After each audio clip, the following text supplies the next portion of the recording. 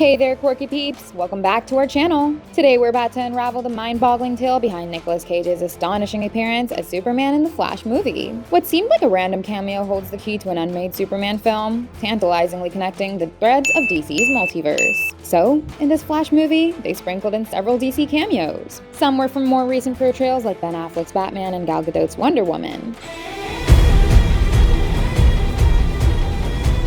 Sorry I'm late.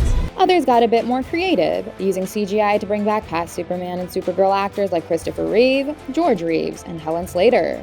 Nicolas Cage's Superman appearance also fell into this category. But if you're not familiar with why Cage's cameo is a big deal, let me fill you in on the backstory.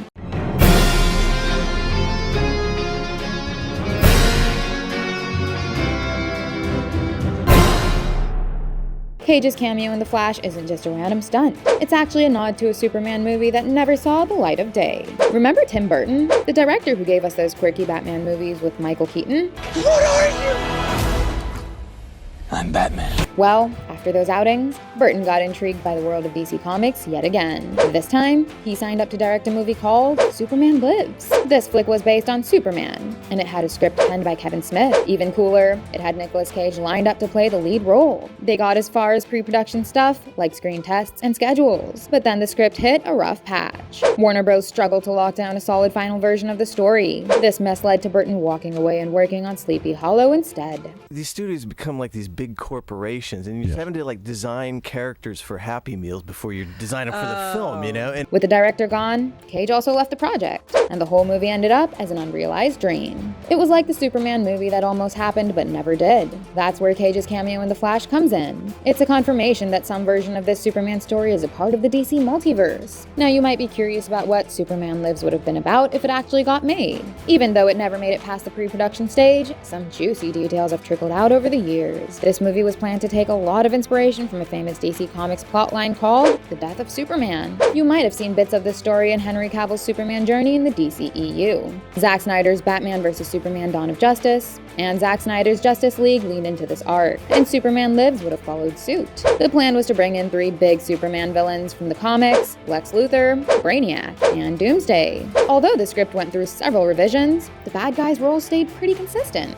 Brainiac was all set to figure out a way to kill Superman, which he managed by blocking out the sun and robbing Clark of his powers. And just to rub salt in the wound, he'd unleashed the monster known as Doomsday on Metropolis. The different script version had Luthor and Brainiac merging into a single entity, sometimes called Lexiac or Luthiac. But the plot gets even more intriguing. There was this mysterious Kryptonian character in the initial script, someone just known as K. This K character was supposed to resurrect Superman after he got taken down by Doomsday. In the grand finale, Superman would regain his powers thanks to K, who turned out to be the life essence of his late Kryptonian parents. With a little help from Lois Lane, Superman would take down the merged Luthor and Brainiac and save the day. Okay, remember the giant spider scene with Nicolas Cage's Superman in The Flash? It's a head-scratcher, right?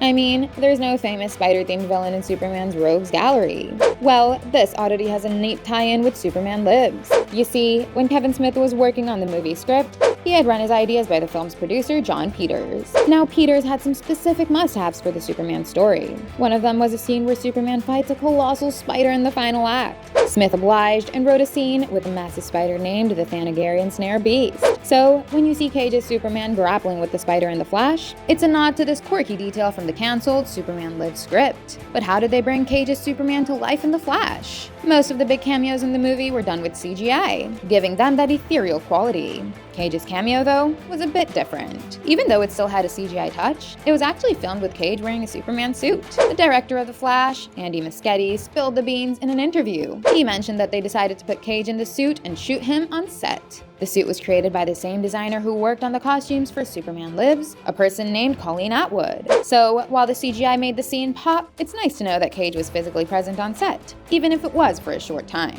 It's like a little tribute to the Superman movie that never quite made it. So there you have it, the enthralling journey behind Nicolas Cage's Superman cameo in The Flash. We hope you've enjoyed this deep dive into the realms of superheroes. Thank you for joining us, and don't forget to like, subscribe, and hit that notification bell to stay tuned for more exciting explorations into the world of pop culture and beyond. Thank you, and I'll see you in the next one. Justice League is not very good at that part yet.